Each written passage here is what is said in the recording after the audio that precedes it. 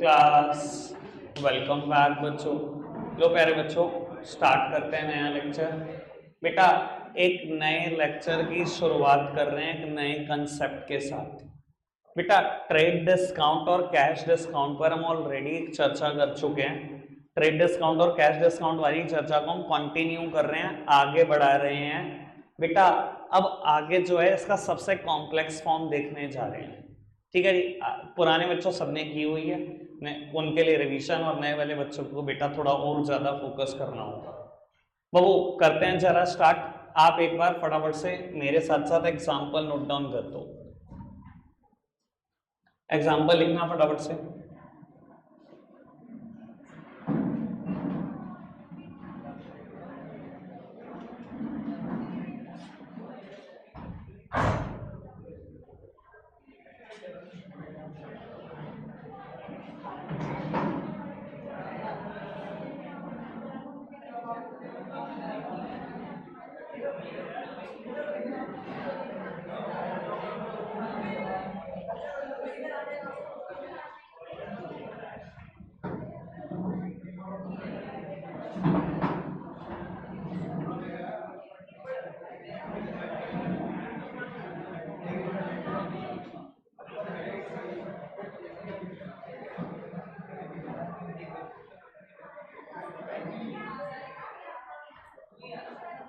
लो बेटा इतना लिखना फटाफट से। लो पुत्र सामने देखेंगे बेटा, ये ट्रेड डिस्काउंट और कैश डिस्काउंट का सबसे मुश्किल वर्जन है। आप सामने देखते रहेंगे बेटा, मैं क्लियर कर रहा हूं। बाबू सबसे पहले लिस्ट प्राइस उठाओ। कहता है आपने राम से गुड्स खरीदा 1,00,000 रुपए का और ट्रेड डिस्काउंट 40% मिली। बाबू गुड्स खरीदा तो ट्रेड डिस्काउंट ऑब्वियसली मिली होगी, खैर उससे कोई फर्क नहीं पड़ता। बाबू 1,00,000 का 40% मतलब 40,000, यानी कि बेटा your actual purchases would be 60,000। आपकी एक्चुअली में खरीद 60,000 रुपए की है। बाबू मैं कहता हूं कुछ भी नहीं आता, इतना तो सीख ही लो बेटा, लिस्ट प्राइस में से एक बार टीडी माइनस हो जाए तो जो आएगा वो एक्चुअल परचेस होगी या एक्चुअल सेल्स होगी। अब वो परचेज 60,000 रुपए की ही है आपकी, और बेटा परचेज हमेशा डेबिट होते हैं। मैं कहता हूं और कुछ भी नहीं करो, इतना तो काम करो ही करो कि परचेज अकाउंट को डेबिट कर दो 60,000 रुपए से। कोई दिक्कत कोई परेशानी तो नहीं? इतनी बात समझ में आ रही है पक्का से? बाबू अब कहता है 60% amount paid immediately and avail 2% cash discount. कहता है 60% पैसे आज ही दे दिए और 2% कैश डिस्काउंट ले ली। मेरी तरफ देखना बाबू, राम ने आपको ऐसा ही कहा होगा। आप उसकी दुकान से निकल रहे थे, उसने आपको कहा कि देखो उधार मत करो, अगर आप पैसे मुझे आज और अभी दे देते हो ना तो 2% कैश डिस्काउंट छोड़ देता हूं। आपने जेब में हाथ मारा, आपने कहा जी सारे पैसे तो नहीं हो पाने के, जितने होंगे उतने दे देता हूं। तो बेटा आपने 60% पैसे आज दे दिए, और बाबू जो आज दिए उसी पे तो कैश डिस्काउंट मिला होगा। सब सामने देखेंगे बेटा, उधर सामने भी देख लो बाबू। अच्छा जी, अभी तो बाल सेट ही कर रहा था। तो बेटा 60,000 रुपए का आपने सामान खरीदा है। कहता है 60% अमाउंट आज आपने दिया, मतलब 40% तो उधार ही रह गया ना। अच्छा एक बात बताओ, मैंने इतने दिन पहले कैश डिस्काउंट की चर्चा शुरू करी। कैश डिस्काउंट का पर्पस क्या होता है बेटा? कैश डिस्काउंट का पर्पस होता है इमीडिएट पेमेंट या बेटा प्रॉम्प्ट पेमेंट। अगर आप किसी को बेटा आज बिल्कुल अभी पैसे दे रहे हो तभी तो वो डिस्काउंट दे रहा है, ठीक है ना बाबू? आपने 60% पैसे आज दिए, यानी कि 40% अभी भी उधार पर चल रहा है। मुझे कैसे पता उधार पर चल रहा है? बेटा राम का नाम है, मेरे हिसाब से तो सारा ही उधार पर चल रहा था, लेकिन जैसे उसने कहा कि 60% पैसे आज ही दे दिए तो बेटा यहां पता लगा कि 60% तो आपने सामान नगद ही खरीदा है, यानी कि 60% आपकी कैश परचेजेस हैं और 40% आपकी क्रेडिट परचेजेस हैं। बाबू एक बार लिस्ट प्राइस में से टीडी माइनस कर लेने के बाद जो कुछ भी आए उसके बेटा दो पोर्शन कर लो, कैश कितना है और उधार कितना है। बाबू 60% पैसे आपने आज ही दिए हैं, यानी कि 60% आपकी कैश परचेजेज हैं, इसका 60% कैलकुलेट कर लो। आपने इसका 60% निकाला, 36,000 रुपए आया। आपने इसका बेटा 40% निकाला, 24,000 रुपए आया। बाबू अब कहता है 60% पैसे आज दिए और 2% कैश डिस्काउंट ले ली। जो पैसे आपने आज दिए ना, सिर्फ कैश डिस्काउंट उस पे लगाना, इस पे नहीं लगाना। क्यों? एक तो आप आराम से उधार खरीद कर लाओगे, एक वो आपको कैश डिस्काउंट देगा। खुद सोचो, एक तो मैंने 24,000 का सामान उधार खरीदा, एक वो कहेगा कोई नहीं आपने उधार खरीदा, कैश डिस्काउंट भी ले लो। कैश डिस्काउंट का पर्पस क्या है? आज पैसे तो आज ले लो, जो पैसे आपने आज दिए हैं सिर्फ उसी पे डिस्काउंट मिलेगी। कितने डिस्काउंट? 2%। बेटा 36,000 का 2% कैलकुलेट करा, 720 रुपए आए, यानी कि 35,280 रुपए ही आपने दिए, 720 रुपए डिस्काउंट मिली और 24,000 रुपए उधार की परचेज है। कोई दिक्कत कोई परेशानी तो नहीं अभी तक इस बात में? समझ में आ रही है बात? बाबू मैंने कैलकुलेशन निपटा दिया। अब रही जर्नल एंट्री की बात, प्लीज सब सामने ही देखना अभी भी, क्योंकि मैं पहली बार अब बताने जा रहा हूं एक और बात नहीं, कंबाइंड एंट्री। बाबू अब मैं पहली बार एक और बात नहीं बताने जा रहा हूं जिसका नाम है कंबाइंड एंट्री, या बेटा मैं अपनी भाषा में बोलता हूं इसको कॉम्बो एंट्री। बेटा ये कंबाइंड एंट्री, ये कॉम्बो एंट्री क्या चीज होती है? बाबू ये कंबाइंड एंट्री कॉम्बो एंट्री का मतलब क्या होता है बेटा? 2 एंट्रियों को, 3 एंट्रियों को, 4 एंट्रियों को इकट्ठा कर देना एक ही एंट्री में, कंबाइंड कर देना। कंबाइंड करने की बेटा 2 शर्तें हैं, जब ये 2 शर्तें पूरी हो जाएं तो कंबाइंड कर सकते हैं। बाबू वो 2 शर्तें क्या हैं? सेम डेट होनी चाहिए, सेम होना चाहिए नेचर। अगर 2 जर्नल एंट्री हैं जिनकी सेम डेट है और सेम नेचर है तो बेटा हम उनको कंबाइंड कर सकते हैं। सामने देखना चाहिए, मैं कंबाइंड करके दिखाता हूं। मान लो 31 जनवरी बेटा एक ट्रांजैक्शन कहती है सैलरी पेड 6,000। 31 जनवरी एक ट्रांजैक्शन कहती है रेंट पेड 10,000। बाबू अगर मैं अलग अलग एंट्री करूं तो मैं एंट्री कैसे कर सकता हूं? बाबू दुनिया के सारे खर्चे डेबिट होते हैं, मैं एंट्री कर सकता हूं salary account debit to cash account. दुनिया के सारे खर्चे डेबिट होते हैं, सैलरी को किया डेबिट, सैलरी पे करने पर कैश जेब से जा रहा है, कैश जब भी जाता है कैश क्रेडिट होता है। मैंने एंट्री करी salary account debit to cash account 6,000। बाबू रेंट पे करा 10,000, दुनिया के सारे खर्चे डेबिट होते हैं, rent account debit to cash account 10,000। अलग अलग एंट्री करता तो ये करता। अच्छा एक बात बताओ, क्या डेट सेम है? क्या दोनों खर्चे हैं? कंबाइंड कर सकते हैं? कर सकते हैं। कंबाइंड करते तो क्या करते? इधर देखना बाबू, दोनों केस में कैश गया, एक में 6,000 एक में 10,000। बाबू मैंने कैश को क्रेडिट कर दिया 16,000 रुपए से, कि मेरी जेब से कैश जा रहा है, एक में 6,000 एक में 10,000, 16,000 चला गया। बाबू सैलरी कितने से डेबिट हुई? 6,000 से, सैलरी को डेबिट कर दो 6,000 से। रेंट कितने से डेबिट हुआ? 10,000 से, रेंट को डेबिट कर दो 10,000 से। हो गई combined entry. Salary debit, rent debit to cash. पर ध्यान रख लेना यहाँ डुअल एस्पेक्ट ब्रीच नहीं होना चाहिए। डुअल एस्पेक्ट कहता है हर डेबिट का एक इक्वल अमाउंट का क्रेडिट होता है, यानी कि डेबिट और क्रेडिट हमेशा बराबर दिखने चाहिए। कोई दिक्कत कोई परेशानी तो नहीं? अब बाबू यहां जो मैं करने जा रहा हूं मैं कंबाइंड एंट्री ही करने जा रहा हूं। कंबाइंड एंट्री मतलब बाबू देखो, कुछ परचेसेस हैं उधार, कुछ परचेसेस हैं कैश। परचेसेस कैश भी हैं उधार भी हैं, तो परचेसेस कंबाइन कर सकता हूं? कर सकता हूं, कंबाइन करूंगा। प्रकाश भाई बाबू सामने देखना प्लीज, बस बिल्कुल चुप, सब सामने देखना है बेटा। 24,000 की परचेसेस उधार है, दिखाई दे रहा है? 24,000 की परचेसेस उधार है। आओ जी एंट्री करते हैं। उधार परचेस की एंट्री होती है, परचेस हमेशा डेबिट होती है, परचेस अकाउंट डेबिट। तो जो दूसरा अकाउंट इन्वॉल्व है, राम से खरीदा मैंने उधार पर, राम का जो अकाउंट इन्वॉल्व है, अगर एक डेबिट हुआ तो दूसरा क्रेडिट ही होगा। मैं एंट्री करता था purchase account debit to Ram, ठीक है जी, 24,000 रुपए। बाबू मैंने परचेस को डेबिट किया हुआ है 60,000 से, क्योंकि मैं नगद हो या उधार दोनों परचेस की कंबाइंड एंट्री कर रहा हूं।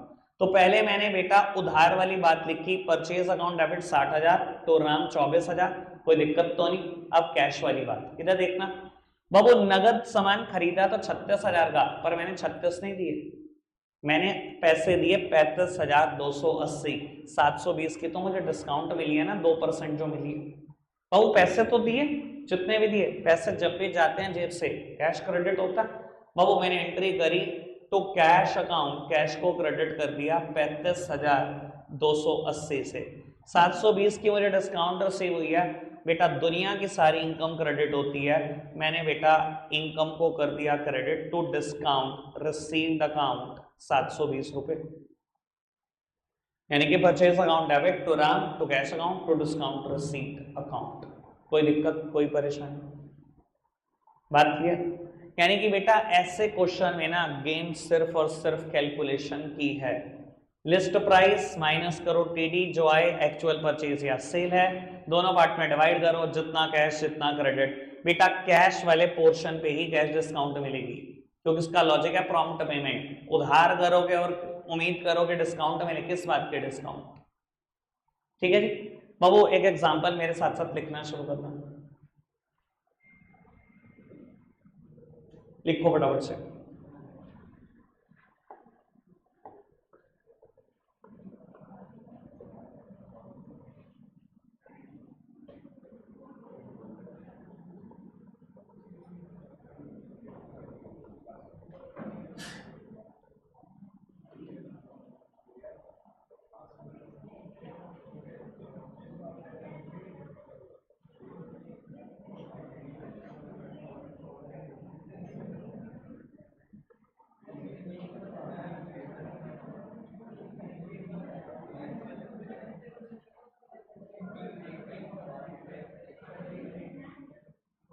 बाबू आप खुद से ट्राई करेंगे, करना शुरू कर दो अपनी नोटबुक में, मैं चेक कर रहा हूं।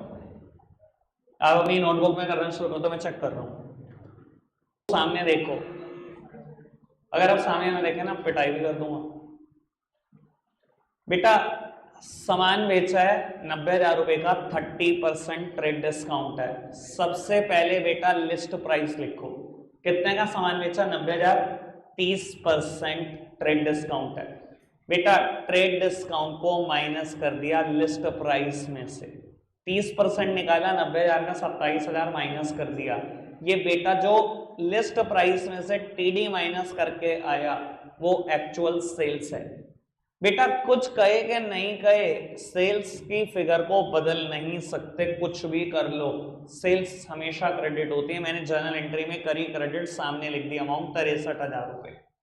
अगर ये क्वेश्चन परचेज का होता तो लिस्ट प्राइस में से टीडी माइनस करके जो भी आता वो एक्चुअल परचेज होती, परचेज को डेबिट कर देता उतने ही रुपए से। अब देखो आगे की बात, तो कहता है 40% of the amount received immediately and allowed 3% cash discount. बाबू 40% पैसे आज ही मिले हैं, यानी कि इसमें से 40% जो सेल्स है वो कैश सेल्स है, यानी कि जो बाकी बची हुई 60% है वो बेटा उधार की सेल्स है। तो बाबू इसका 40% निकाल दो, 25,200 आया होगा शायद। और बेटा बाकी सारा का सारा उधार है बेटा, 60%, 37,800। बाबू 37,800 का उधार है, 40% इसका निकाला वो कैश है। बेटा कैश सेल्स हुई, सामने वाले ने जब आपको कैश पे करा, आपने उसे कहा था मैं तेरे को 3% कैश डिस्काउंट दूंगा, तो आपने सारे पैसे तो नहीं लिए होंगे, 3% छोड़ के लिए होंगे। इसका 3% और निकाल लो, 756 आ रहा होगा। बेटा 756 रुपीज उसने कम दिए, आपने उसको डिस्काउंट दिया 756 की, यानी कि बेटा ये अमाउंट आ रही होगी 24444। ठीक है बाबू, अब सेल करी है, चाहे पैसा कम आया है पर आया तो है। बेटा पैसा जब भी आता है क्या होता है? कैश अकाउंट डेबिट, पैसे आए हैं 24444। बाबू आपने डिस्काउंट दिया 756 रुपए की, दुनिया के सारे नुकसान डेबिट होते हैं, आपने डिस्काउंट दिया 756 रुपए की, नुकसान है, लॉस है, कर दो डेबिट 756 रुपए। और आपने बेटा सामान उधार पर भी बेचा होगा। बेटा नाम नहीं दिया हुआ किसी का भी, मैंने नाम देना भूल गया, कोई फर्क नहीं पड़ता, डेटर कोई उधार पर सामान बेचते हैं, डेटर डेबिट कर दो 37,800 से। किसी का नाम दिया होता तो उसको डेबिट कर देता, उधार पर जो सामान बेचा जाता है वो डेटर को ही बेचा जाता है, आप डेबिट कर दो डेटर को ही। एंट्री हुई cash account debit, discount allowed account debit, debtor account debit to sales account. कोई दिक्कत कोई परेशानी तो नहीं? ठीक है कर सही, ऐसे ही किया हो गया था, हो गया था इश। ठीक है बाबू, एक और क्वेश्चन लिखो फटाफट से, सेम करो फटाफट से, लिखना शुरू करो।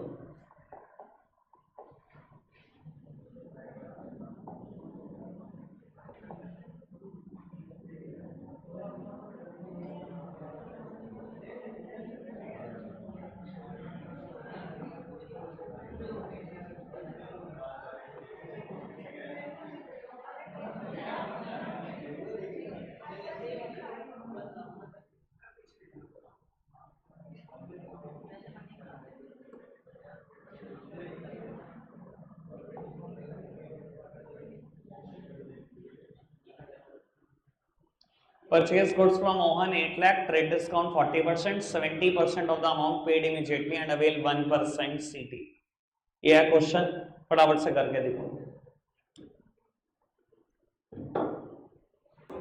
अब मोहन से गुड्स खरीदा है 8 लाख रुपए, trade discount is 40%, list price लिखा 40% टीडी माइनस करा, यानी कि बेटा 4,80,000 would be your actual purchases.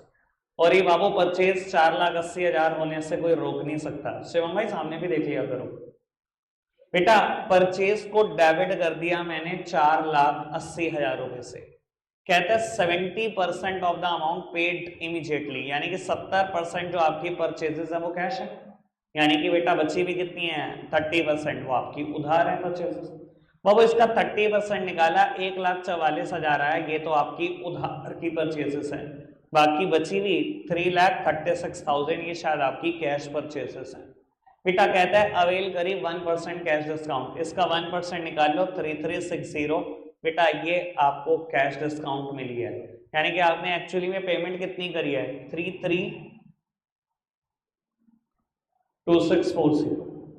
बाबू ये आपने उधार सामान खरीदा है, तो आपने एंट्री करी होगी purchase account debit to Mohan 1,44,000, जो उधार वाला पोर्शन है वो नाम के सामने, कैश कितना दिया 332640, और कितनी डिस्काउंट मिली आपको 3360। सारा का सारा गेम कैलकुलेशन का है, कैलकुलेशन डन है, तो बेटा क्वेश्चन डन है। बाबू एक और क्वेश्चन जो सेल पर बेस्ड है, अब ये क्वेश्चन के बाद मुझे 4 क्वेश्चन और कराने हैं बुक से, वो हल्के हल्के क्वेश्चन है। ठीक है जी, ये एक आखिरी फटाफट से 2 मिनट में करके दिखा दो, इसी क्वेश्चन में मैं फिगर चेंज कर रहा हूँ।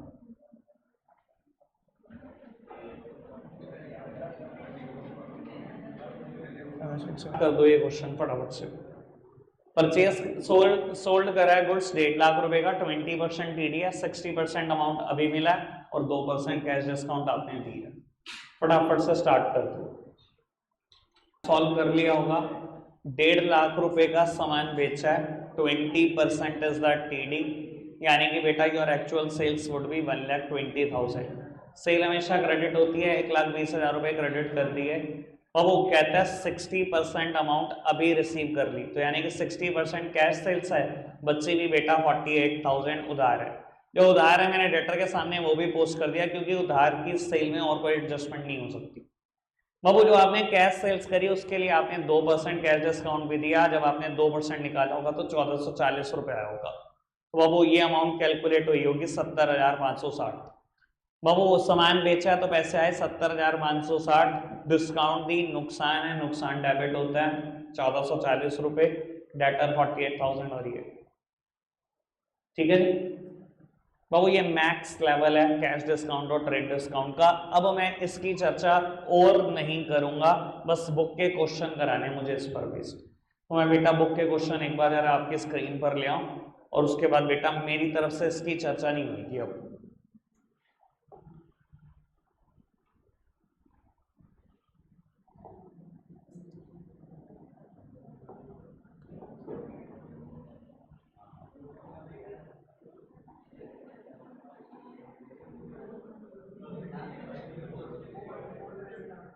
बाबू ये क्वेश्चन स्टार्ट कर दो फटाफट से, ये मैंने कल डिस्कस किया था सेम कंसेप्ट, फटाफट से स्टार्ट कर दो और आज ही खत्म करो इलस्ट्रेशन नंबर 6 अभी बिल्कुल। बाबू एक बार मैं डिस्कस कर देता हूं उनके लिए जो एब्सेंट थे लास्ट लेक्चर में। बेटा कहता है purchase goods from Vinod of list price 40,000 10% TD.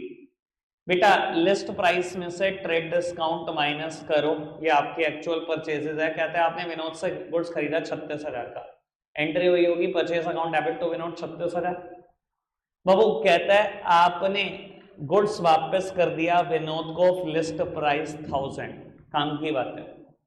बेटा आप विनोद की दुकान पर गए, विनोद बता तेरे कितने पैसे देने हैं। विनोद ने कहा जी 36,000 देने हैं, आपने सामान खरीदा था मुझसे और आपने बुक्स में भी एंट्री की हुई है purchase account debit to Vinod 36,000।